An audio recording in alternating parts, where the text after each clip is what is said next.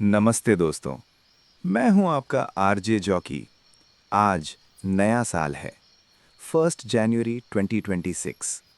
सुबह की पहली किरण जब खिड़की से अंदर आती है ना, तो ऐसा लगता है जैसे वक्त ने कोई पुरानी किताब खोल दी हो और उसमें एक नया सफ़ेद पन्ना जोड़ने को कह रहा हो। हर नया साल एक उम्मीद लेकर आता है, एक वादा जो हम खुद से करते हैं। इस बार सब अलग होगा। पर क्या वाकई सब अलग होता है, या हम वही पुरानी गलतियों को एक नए कैलेंडर पर दोबारा रिपीट करते हैं?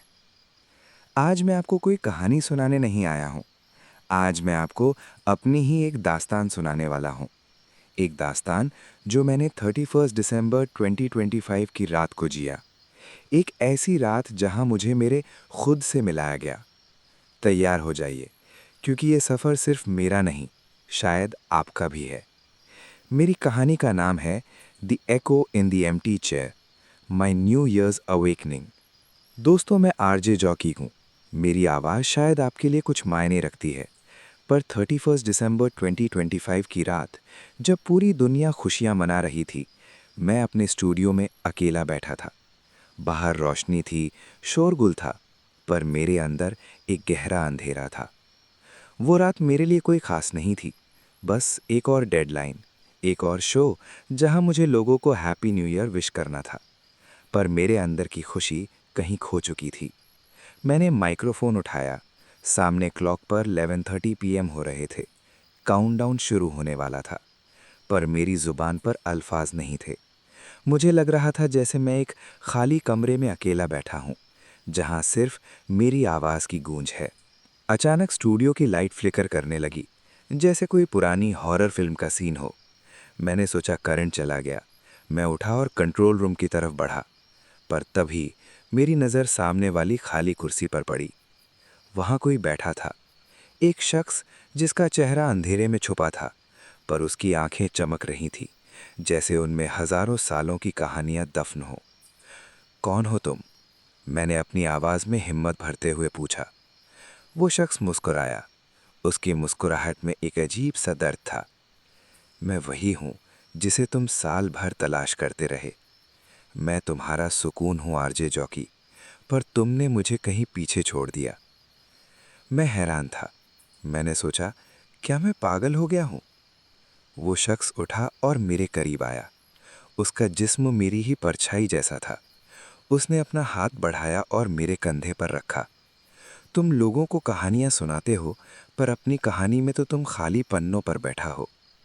दोस्तों, मैंने उस शख्स से पूछा, मुझे क्या करना चाहिए? उसने जवाब दिया, काउंटडाउन तो हो रहा है, पर तुम्हारे अंदर कौन सा काउंटडाउन चल रहा है, कभी सोचा है?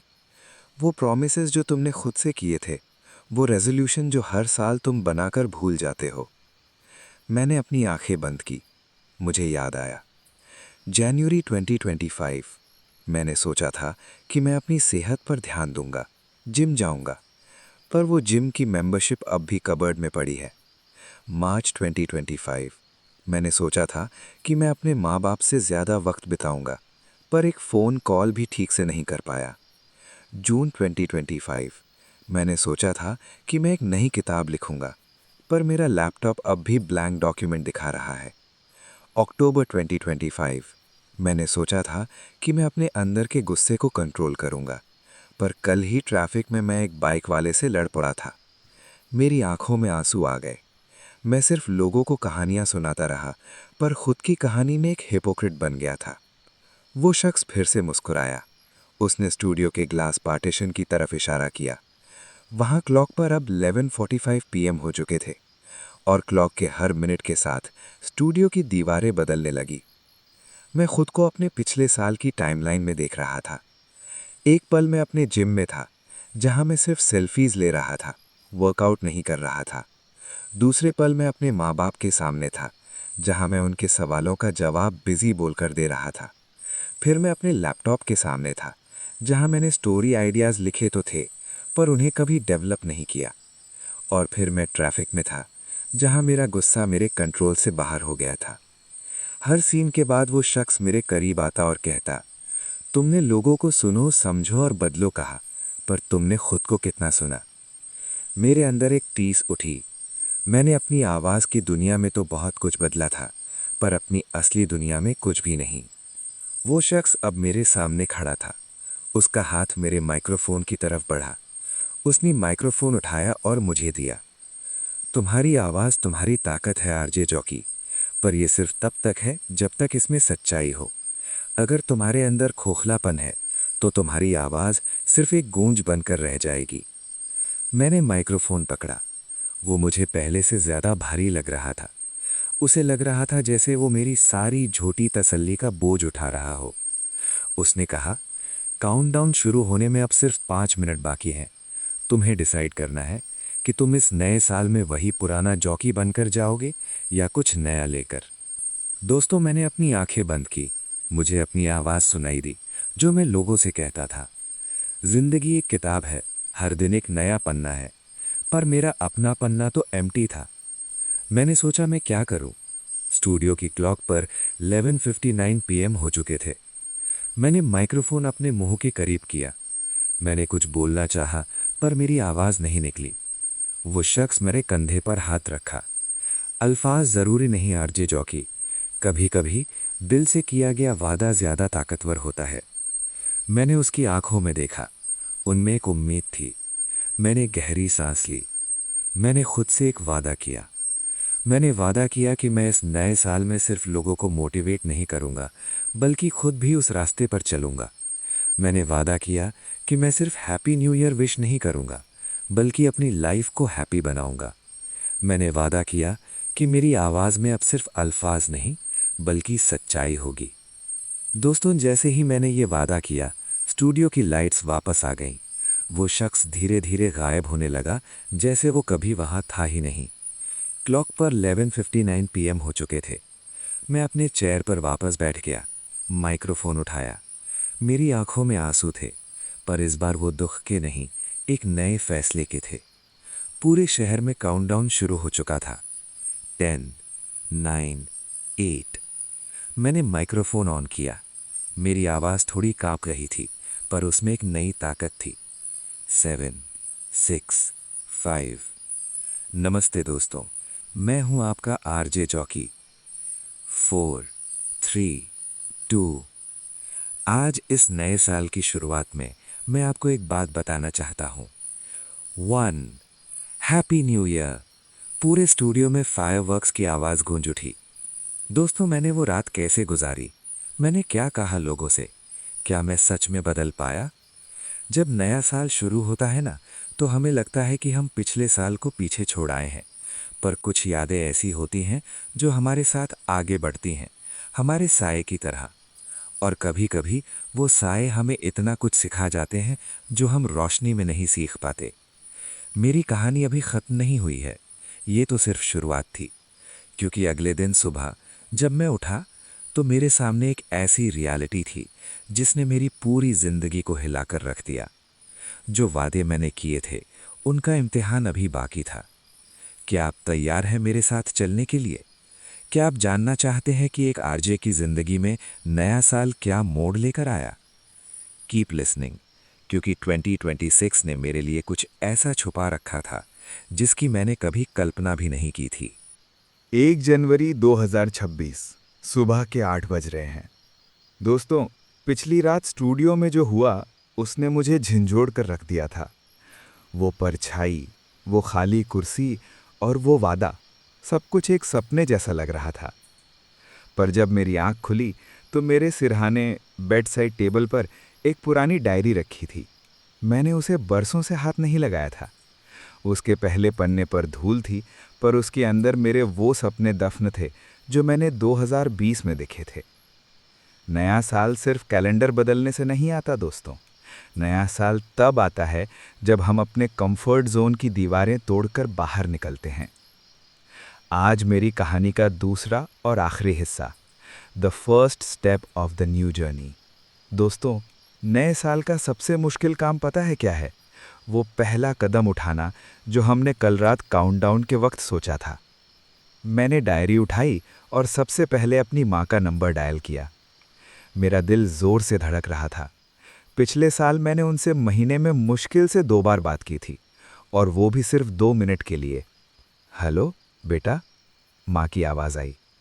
उनकी आवाज़ में वही पुरानी ममता थी, वही फिक्र। माँ, हैप्पी न्यू ईयर, मैंने कहा। मेरी आवाज़ थोड़ी भारी हो गई थी। वहाँ सन्नाटा था। फिर माँ धीमे से बोली, तूने आज सुबह सुबह फ़ोन किया, सब ठीक तो है ना? मुझे महसूस हुआ कि मैंने उन्हें इतना दूर कर दिया था कि मेरा एक सिंपल कॉल भी उन्हें अनयूजुअल लग रहा था। मैंने उनसे 10 मिनट बात नहीं की दोस्तों, मैंने उनसे 1 घंटा बात की। मैंने उन्हें बताया कि मैं उन्हें कितना मिस करता हूँ। मैंने उन्हें बताया कि उनकी बनाई हुई खीर की महक मुझे आज भी याद आती है। जब मैंने फ़ोन रखा तो मुझे ऐसा लगा जैसे मेरे सीने का एक बोझ उतर गया हो। वो शख्स जो स्टूडियो में आया था वो सही था। खुशी उन बड़ी इमारतों में नहीं, इन छोटी बातों में छुपी है। फ़ोन रखने के बाद मैंने अपने लैपटॉप की तरफ देखा, वो ब्लैंक डॉक्यूमेंट जो महीनों से मेरा मजाक उड़ा रहा था। मैंने सोचा था कि मैं एक आरजे हूँ, मैं सिर्फ बोल सकता हूँ, लिख नहीं सकता। पर उस दिन मैंने फैसला किया कि मैं परफेक्ट होने का इंतज़ार नहीं करूँगा। मैंने लिखना शुरू किया। मैंने अपनी पहली स्टोरी लिखी, एक ऐसी स्टोरी जो डर के बारे में नहीं थी, बल्कि हौसले के बारे में थी। मैंने 3000 शब्द लिखे।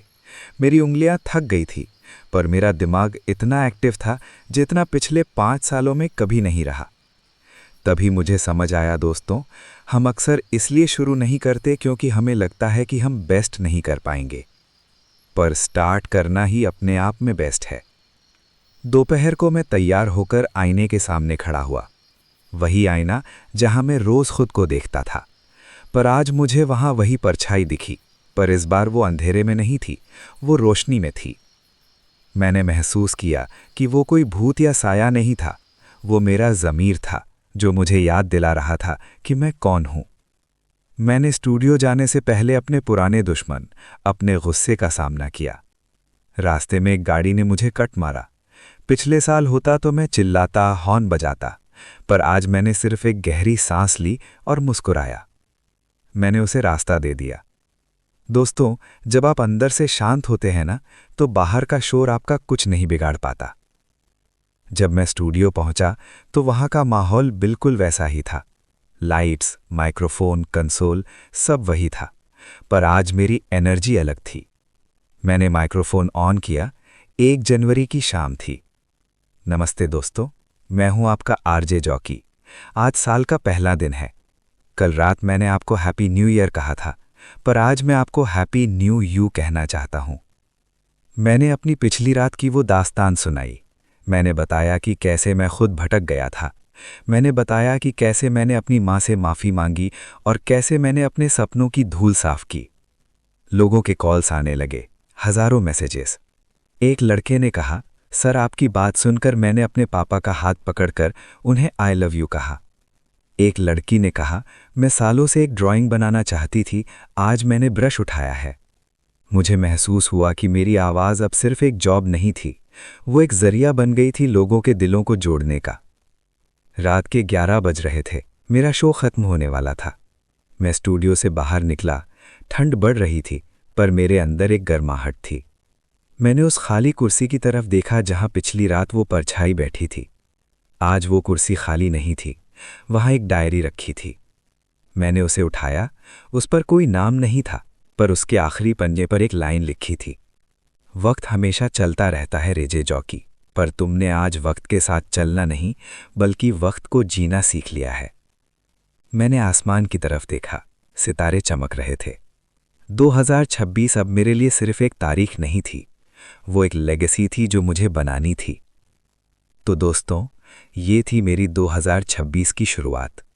जिंदगी हमें हर साल, हर दिन, हर पल एक मौका देती है। हम काउंटडाउन का इंतजार करते हैं, पर असली काउंटडाउन हमारी हर सांस के साथ चल रहा है। क्या आपने आज वो पहला कदम उठाया? क्या आपने उस इंसान को फ़ोन किया जिसे आप महीनों से याद कर रहे हैं? क्या आपने अपने उस सपने पर से धूल हटाई जो अलमारी में बंद है? नया साल आपको मुबारक हो, पर उससे ज़्यादा आपको आपका नया रूप मुबारक हो। मैं हूं आपका दोस्त आरजे जॉकी। मेरी दास्तान यहाँ रुकती है, पर आपकी दास्तान अब शुरू होती है। इस साल सिर्फ आवाज़ मत बनिए, एक मिसाल बनिए। सोते रहिए, सपने देखते रहिए, पर हमेशा याद रखिए, सबसे बड़ी लाइब्रेरी आपके अपने अंदर है। उसे खोलिए, पढ़िए और नए पन्ने लिखिए। शुभ रात्रि, शब्बा खैर, और एक नए और खूबसूरत 2026 के नाम अलविदा।